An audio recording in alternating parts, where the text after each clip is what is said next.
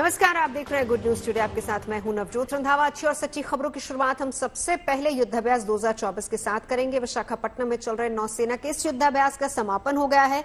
भारतीय नौसेना की अगुवाई में 51 देशों की नौसेनाओं ने इसमें हिस्सा लिया और पहली बार भारतीय नौसेना के युद्धपोत INS विक्रमादित्य और INS विक्रांत भी इसमें शामिल हुए हैं।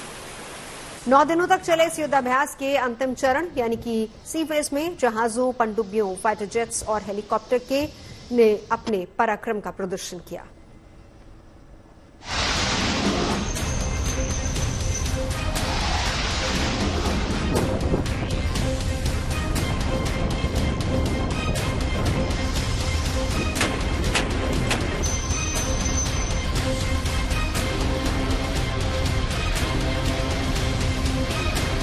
समंदर पर रफ्तार से दौड़ते एक से बढ़कर एक जंगी जहाज और उनसे बरसता गोला बारूद। एक्शन से भरपूर ये तस्वीरें मिलन 2024 युद्धाभ्यास की है, जिसके सी फेज का समापन कुछ इस अंदाज में हुआ। इस दौरान जंगी जहाजों से लेकर घातक पनडुब्बियों तक और एडवांस हेलीकॉप्टर से लेकर फाइटर जेट्स तक ने अपने पराक्रम का प्रदर्शन बेहद पेशेवर अंदाज में किया, जिसे देखकर हर कोई रोमांच से भर गया। हर 2 साल पर होने वाले इस युद्धाभ्यास में इस बार 51 देशों की नौसेनाएं शामिल हुई, इसीलिए इसे दुनिया का सबसे बड़ा नौसेना युद्धाभ्यास कहा गया। इस युद्धाभ्यास के जरिए आपसी तालमेल को बेहतर बनाने और रणनीतिक साझेदारी को और मजबूत करने पर खास जोर दिया गया, जो इस एक्सरसाइज के दौरान नजर भी आया। इस वक्त जो आप तस्वीरों में देख रहे हो वो MiG-29K है और सॉर्टीज लगातार लगा रहा है और इसकी जो अभी की स्पीड अगर जो मैं बोलूं तो 700 से 800 किलोमीटर प्रति घंटे से ये यहाँ पर सॉर्टी लगा रहा है। बे ऑफ बंगाल में बीच समंदर में किस तरीके से आप तस्वीरों में देख सकते हैं कि MiG-29K लगातार सॉर्टीज लगा रहा है और ये बहुत इंपॉर्टेंट है। ये जो पूरा नेवल एक्सरसाइज है वो बहुत इंपॉर्टेंट है। किस तरीके से इंडियन नेवी एक शक्ति प्रदर्शन यहाँ पर कर रहा है और ऐसे जहाज जो है देश की आन बान और शान और इंडियन नेवी के लिए काफी ज्यादा महत्वपूर्ण और ये दिखा रहा है कि जो भारत की नौसेना की ताकत कितनी ज्यादा है। ये लैंडिंग आप नाइट में भी परफॉर्म करते हैं और कैसे भी कंडीशंस में परफॉर्म? जी बिल्कुल एयरक्राफ्ट पे, इस जहाज पे और इस हवाई जहाज पे ऐसे एवियोनिक्स लगे हुए हैं जिससे कि हम लोग without visual appreciation of where carrier है, लैंडिंग स्पॉट कहाँ है, उसके बिना हम लोग इस कैरियर पे लैंड कर सकते हैं। मिलन एक्सरसाइज के इस 12वें एडिशन के तहत सी फेज 24 से 27 फरवरी तक चला। इस दौरान समुद्र की लहरों पर 51 देशों की नौसेनाओं ने अपनी तैयारियों को हर कसौटी पर परखा, जिसमें पहली बार भारतीय नौसेना के दोनों युद्धपोत INS विक्रमादित्य और INS विक्रांत ने भी एक साथ अपनी ताकत का प्रदर्शन किया। इसमें 2 भाग में था। ये एक हार्बर फेज था 19 से 23 फरवरी और 24 से 27 तक इसका सी फेज था। सी फेज में हमने इसकी प्लानिंग की टेबल टॉप एक्सरसाइज के साथ और सभी जहाज जो 14 देशों के जहाज और एक देश का जो एयरक्राफ्ट आया है उन्होंने साथ मिलके और 4 दिन तक एट सी समुद्र में भांति भांति के एक्सरसाइज किए हैं और इसका टेक अवे ये है कि हम एक दूसरे से हमारी जो स्टैंडर्ड ऑपरेटिंग प्रोसीजर है, हमारे जो अच्छी जो प्रैक्टिसेस हैं वो एक दूसरे से सीखने के लिए मिलती हैं और एक मल्टीनेशनल फोर्स एट सी कैसे ऑपरेट करेगा उसके बारे में हमने इसके लिए SOPs बनाए हैं। इंडियन नेवी ने अपने बेड़े को बीते कुछ सालों में बहुत तेजी से मजबूत किया है, जिसमें ज्यादातर जंगी जहाज, पनडुब्बी और हथियार स्वदेशी हैं। इन्हीं मेड इन इंडिया हथियारों का प्रदर्शन भी अभ्यास के दौरान किया गया, ताकि आत्मनिर्भर भारत की झलक दुनिया को दिखाई जा सके। इस वक्त हम मौजूद हैं इंडियन नेवी के एयरक्राफ्ट कैरियर INS विक्रांत पर और ये इंडियन नेवी के लिए आन बान और शान है। ये मैं इसलिए कह रहा हूँ कि ना सिर्फ ये इंडियन नेवी का चौथा एयरक्राफ्ट कैरियर है, लेकिन INS विक्रांत पूरी तरीके से भारत में बना हुआ है। ये पूरी तरीके से मेड इन इंडिया है। इसकी पूरी जो डिजाइन है, इसको पूरा जो बनाया गया है, वो पूरा का पूरा इसका काम भारत में हुआ है, कोचीन शिपयार्ड में हुआ है और इसे जो है भारतीय नौसेना में कमीशन किया गया था 2022 में।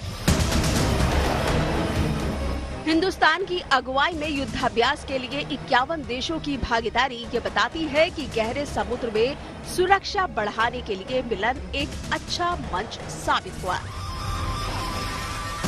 यहाँ तक कि इस एक्सरसाइज के जरिए नौसैनिक सहयोग में एक नए युग की शुरुआत भी हो चुकी है। सौरभ बख्तानिया के साथ bureau report, good news today. और चलिए अब आपको लिए चलते हैं गुजरात के जामनगर, जहां देश के बड़े उद्योगपति घरानों में एक अंबानी परिवार के छोटे बेटे अनंत अंबानी की प्री वेडिंग सेरेमनी होने जा रही है। 1 मार्च से अनंत अंबानी और उनकी मंगेतर राधिका मर्चेंट की प्री वेडिंग सेलिब्रेशंस की शुरुआत हो जाएगी, जो 3 मार्च तक चलेंगे। इस प्री वेडिंग फंक्शंस की सभी तैयारियां जामनगर में हो चुकी हैं और कार्यक्रम के लिए एक्टर और सिंगर्स के पहुंचने का सिलसिला भी शुरू हो चुका है, जबकि देश और दुनिया के जाने माने लोग भी कल सुबह जामनगर पहुंचने शुरू हो जाएंगे।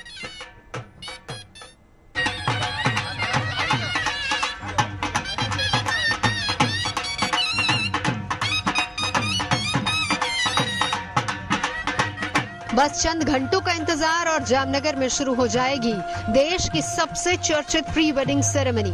ये प्री वेडिंग सेरेमनी किसी और की नहीं है, बल्कि देश के जाने माने उद्योगपति मुकेश अंबानी के छोटे बेटे अनंत अंबानी की है, जो अपनी मंगेतर राधिका मर्चेंट से इसी साल जुलाई में शादी के बंधन में बंधने जा रहे हैं।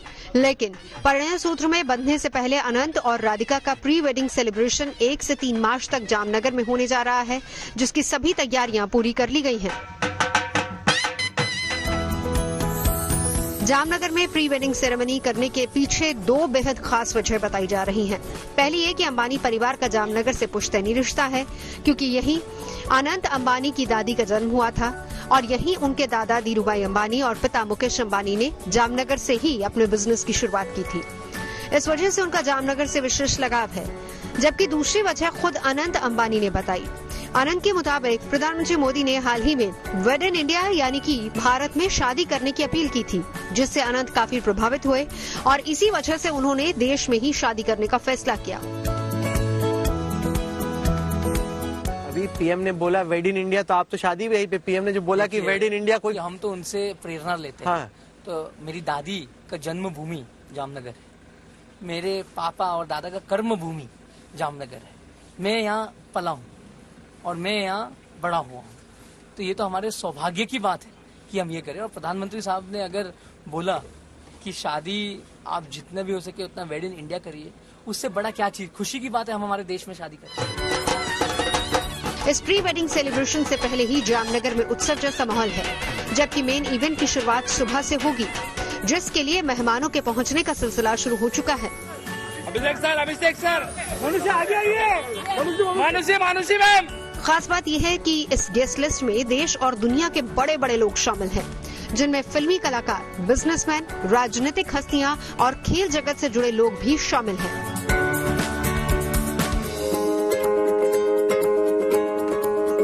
जाहिर है कि जब इतने नामी गिरामी लोग प्री वेडिंग सेरेमनी में शामिल होंगे तो उनके खाने पीने का इंतजाम भी बेहद खास होगा।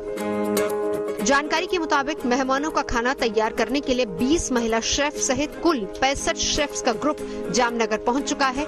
इसके साथ ही ये भी बताया गया है कि पार्टी में खास इंदौरी सराफा फूड काउंटर भी लगाया जाएगा, जहां इंदौरी कचौरी, पोहा, जलेबी, भुट्टे की कीस, खोपरा पैटीज और उपमा जैसी डिशेस परोसी जाएंगी। इतना ही नहीं, 3 दिनों तक इस पार्टी में रोजाना 4 बार व्यंजन परोसे जाएंगे। इसके लिए थाई, जापानी, मैक्सिकन और पारसी सहित करीब 2500 डिशेस तैयार की जा रही हैं। कहा यह भी जा रहा है कि पार्टी के दौरान किसी भी एक खाने के आइटम को दोहराया नहीं जाएगा। खाने की तरह ही तीनों दिन के फंक्शंस के लिए अलग अलग ड्रेस कोड भी तय किए गए हैं, यानी पहले, दूसरे और तीसरे दिन होने वाले फंक्शन में मेहमान एक तय ड्रेस कोड में ही नजर आने वाले हैं। जामनगर से दर्शन ठक्कर के साथ bureau report, good news today. और बात भारत के 14 लाख से ज्यादा नए कैंसर पेशेंट्स को राहत देने वाली खबर की। किसी भी तरह के कैंसर का इलाज करवा रहे इन लोगों को अब रेडियोथेरेपी, कीमोथेरेपी या फिर इम्यूनोथेरेपी से डरने की जरूरत नहीं है। कैंसर पर रिसर्च और उसके इलाज से जुड़ा टाटा मेमोरियल अस्पताल में अब इससे होने वाले साइड इफेक्ट से निपटने के लिए एक सस्ता इलाज खोजा है। ठीक 83 साल पहले अस्तित्व में आए टाटा अस्पताल को एक शोध के जरिए एक बड़ी कामयाबी हासिल हुई है। उसकी रिसर्च टीम ने जो कामयाबी हासिल की है वो डिटेल्स आपको देते हैं। रेस्वेराट्रोल और कॉपर के कॉम्बिनेशन यानी कि मिश्रण वाली टैबलेट से इलाज के दौरान उसके साइड इफेक्ट्स को कम किया जा सकता है। रेस्वेराट्रोल और कॉपर को मिलाकर बनी टैबलेट से रेडियोथेरेपी और कीमोथेरेपी के साइड इफेक्ट्स 50% तक कम हो सकते हैं।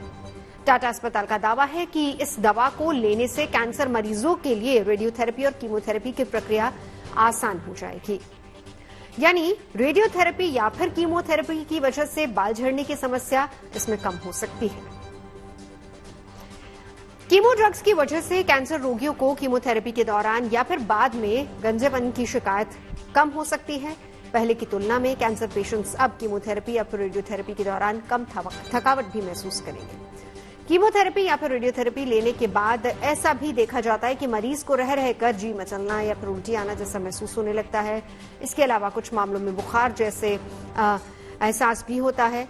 हालांकि रेस्वेराट्रोल और कॉपर से मिलकर बनी टैबलेट से इस तरह की शिकायतें 50% तक कम हो सकती हैं। कीमोथेरेपी और रेडियोथेरेपी के दौरान कुछ मरीजों को खून की कमी भी हो जाती है और इसकी वजह से एनीमिया होता है। एनीमिया तब होता है जब शरीर के खून में लाल कणों या फिर कोशिकाओं के नष्ट होने की दर उसके बनने की दर से ज्यादा हो जाती है। लेकिन टाटा अस्पताल की नई दवा की वजह से इस तरह की समस्या से 50% तक इस तरह की समस्या में कमी आ सकती है।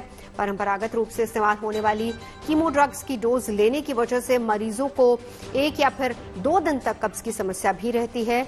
रेस्वेराट्रोल और कॉपर की कॉम्बिनेशन वाली टैबलेट्स की वजह से इस तरह की समस्या में 50% तक गिरावट आ जाएगी। कीमोथेरेपी ट्रीटमेंट की वजह से कैंसर सेल्स के अलावा हेल्दी टिश्यूज को भी नुकसान पहुंचता है। हालांकि नई दवा की वजह से इस तरह की शिकायतों में 50% की गिरावट दर्ज की जा सकती है। इसके अलावा कीमोथेरेपी लेने के बाद संक्रमण की आशंकाएं बनी रहती हैं। ऐसे में स्वच्छता का बहुत ज्यादा खास ख्याल रखना होता है। रेस्वेराट्रोल और कॉपर से मिलकर बनी दवा लेने से संक्रमण का खतरा भी 50% तक कम हो जाएगा। दरअसल कीमोथेरेपी और रेडियोथेरेपी की वजह से मरीजों को मिलने वाले इलाज जो थोड़ा मुश्किल होता है अब साइड इफेक्ट वाला हो जाता है। एक अंग तक सीमित रहने वाले कैंसर सेल्स को रोकने के लिए इस्तेमाल होने वाली रेडियोथेरेपी भी दर्द भरी होती है। पूरे शरीर में फैल चुकी कैंसर कोशिकाओं के रोकथाम के लिए इस्तेमाल होने वाली कीमोथेरेपी प्रक्रिया में भी ये बात लागू होती है। ट्रीटमेंट के दोनों तरीकों में ही मरीजों को काफी तकलीफ होती है और शायद अब टाटा अस्पताल की इस नई दवा से इलाज की इन प्रक्रियाओं से गुजरने वाले मरीजों को साइड इफेक्ट कम होंगे। कैंसर के जब इलाज की बात करते हैं तो लोगों को एक मन में डर रहता है कि उसके इलाज बड़े टॉक्सिक होते हैं और उसके बहुत साइड इफेक्ट्स होते हैं। तो ये डर के चलते बहुत सारे मरीज कैंसर की जानकारी के बाद इलाज के लिए सामने नहीं आते हैं या इलाज से दूर भागते हैं। तो मरीजों में जब टॉक्सिसिटी होती है तो उसको कम करने का हमें प्रयास करना चाहिए। और दूसरा, लोगों के मन में ये जो डर है वो टॉक्सिसिटी कम हो जाएगी तो खत्म हो जाएगा। अगर हम कॉपर रेस्वेराट्रोल मरीजों को दें, ये एक न्यूट्रास्यूटिकल है जो मार्केट में फूड सप्लीमेंट के रूप में उपलब्ध है। लेकिन दोनों को जब एक विशेष मात्रा में साथ में दिया जाता है तो जो कैंसर के इलाज के साइड इफेक्ट हैं उसमें कमी के हमें बहुत सारे ह्यूमन एक्सपेरिमेंट्स में, एनिमल एक्सपेरिमेंट्स में फायदे दिखे हैं। उसको आगे बढ़ाने के लिए हम बड़े रिसर्च कर रहे हैं। दुनिया के दूसरे देशों की तरह भारत के लिए भी कैंसर एक बहुत बड़ी समस्या बन चुका है। Indian council of medical research के मुताबिक साल 2021 में ही कैंसर पीड़ित मरीजों की संख्या 2,67,00,000 के पार जा चुकी है और सिर्फ साल 2022 की बात करें तो भारत में कैंसर के 14,13,000 से ज्यादा नए मामले सामने आए हैं, जिनमें पुरुषों की तुलना में महिलाओं में कैंसर के ज्यादा मामले मिल रहे हैं। हर साल कैंसर की बीमारी से ग्रस्त होकर लाखों लोग अपनी जान गंवा बैठे हैं। ऐसे में हर साल कैंसर की बीमारी के लिए अलग अलग प्रकार के इलाज को ढूंढा जाता है और उस इलाज से लोगों को पूरी तरीके से ठीक करने की कोशिश की जाती है। वहीं भारत देश में भी 50% ऐसे लोग हैं जो कि कैंसर की बीमारी से ग्रस्त होते हैं, अलग अलग इलाज कराते हैं, जिसमें मुख्य 2 इलाज हैं, एक है रेडियोथेरेपी और दूसरी है कीमोथेरेपी। इन दोनों इलाजों के दुष्परिणाम काफी ज्यादा होते हैं। जो मरीज होता है वो अपने शरीर में अलग अलग प्रभावों से ग्रस्त रहता है, इलाज के दरमियान और इलाज के बाद भी। ऐसे में मुंबई में सबसे पुराने हॉस्पिटलों में से एक माने जाने वाली टाटा मेमोरियल हॉस्पिटल की रिसर्च टीम और डॉक्टर टीम ने मिलकर एक ऐसी दवा खोज निकाली है जो कि उन लोगों पर काम करेगी जो कि रेडियोथेरेपी और कीमोथेरेपी करा चुके हैं और इनसे होने वाले दुष्परिणाम को तकरीबन 50% कम करेगी और उनको कैंसर जैसी बीमारी से बचाने की कोशिश भी करेगी। अक्सर ये सामने आता रहा है कि जब भी कैंसर का इलाज होता है कीमोथेरेपी या रेडियोथेरेपी से, तो बहुत सारी कोशिकाएं लोगों के अंदर छोड़ी जाती हैं और उसमें से कुछ कोशिकाएं जो हैं वो फिर से कैंसर बनने का कारण बनती है। ऐसे में टाटा मेमोरियल हॉस्पिटल के डॉक्टर और रिसर्च टीम का ये भी दावा है कि ये जब दवा मार्केट में आएगी तो सबसे सस्ती दवा होगी और उन लोगों को काफी ज्यादा मदद मिलेगी जो कि इलाज से दुष्प्रभाव से प्रभावित हैं और इस टैबलेट को लेने के बाद तकरीबन 50% जो है उनको राहत मिलेगी।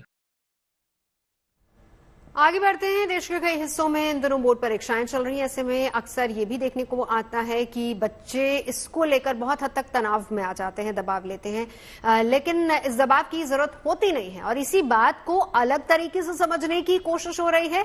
दिल्ली के एक स्कूल ने भी इसको लेकर जरूरी कदम उठाए ताकि बच्चे तनाव मुक्त होकर बोर्ड की परीक्षाएं दे सके। दिल्ली का स्कूल हर पेपर के बाद बच्चों से बातचीत करता है।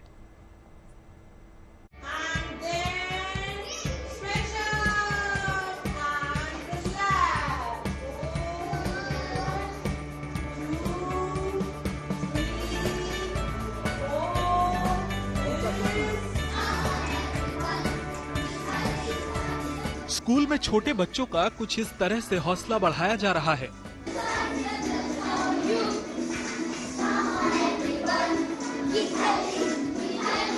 नन्हे बच्चों को योग के सहारे निरोगी बनाने की पहल हो रही है।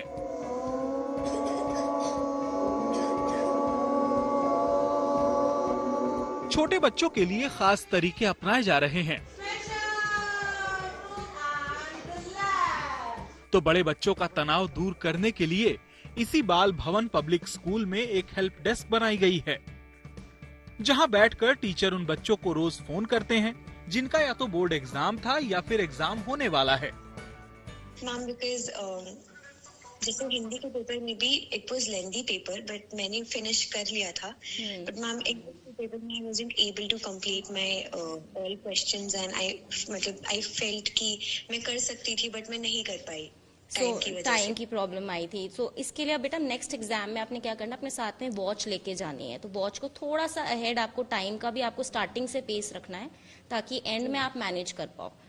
यानी इसमें बच्चों से उनके पेपर के बारे में पूछा जाता है कि उनका एग्जाम कैसा हुआ है। अगर कोई बच्चा परेशान होता है तो उसे प्रेरित किया जाता है। इस तरह से बच्चे भी स्ट्रेस फ्री यानी तनाव मुक्त महसूस करते हैं। किसी बच्चे को घबराने की कोई बात ही नहीं है और अपॉर्चुनिटीज इतनी हैं। अपना अगर टैलेंट आइडेंटिफाई कर लिया तो मुझे नहीं लगता कि किसी बच्चे को किसी भी तरीके का स्ट्रेस या एंजाइटी लेने की रिक्वायरमेंट है। बेसिकली टीचर्स को अभी जो गाइडेंस दी गई है वो ये दी गई है कि बच्चों से ये जरूर पूछे कि उनका पिछला एग्जाम कैसा हुआ है। तो कई बार क्या होता है कि जब पिछला एग्जाम खराब हो जाता है तो वो अगले एग्जाम की तैयारी के लिए 2 दिन खराब कर देते हैं और सोते रहते हैं, खाना नहीं खाते हैं, बातचीत नहीं करते हैं। तो बच्चों से उनका एक रुझान लेना कि उनका एग्जाम कैसा हुआ है और उनको ये बताना कि 5 नंबर 10 नंबर से जिंदगी नहीं बदलने वाली है। आगे बढ़ें, अगले पेपर की तैयारी करें और उसमें अच्छा करें। क्या पता जो पीछे रह गया है वो आप आगे उसको पूरा कर सकें। यकीनन जैसे प्रधानमंत्री मोदी अक्सर ये संदेश देते हैं कि बोर्ड एग्जाम जिंदगी की पहली और आखिरी परीक्षा नहीं होती, बल्कि जिंदगी में मौके कई आते हैं। सैकड़ों छात्रों ने शून्य से भी शिखर का सफर तय किया है। ऐसे में तनाव लेने और घबराने से न तो कुछ होता है, न कुछ हुआ है और न होगा, ऐसे में इस बार की परीक्षा भी तनाव मुक्त रहनी चाहिए। दिल्ली से मनीष चौरसिया के साथ bureau report, good news today. खबरें सच्ची होनी चाहिए, अच्छी खुद ब खुद लगती हैं। Navjot Randhawa signing off. आप सुनते रहिए गुड न्यूज, देखते रहिए गुड न्यूज टुडे।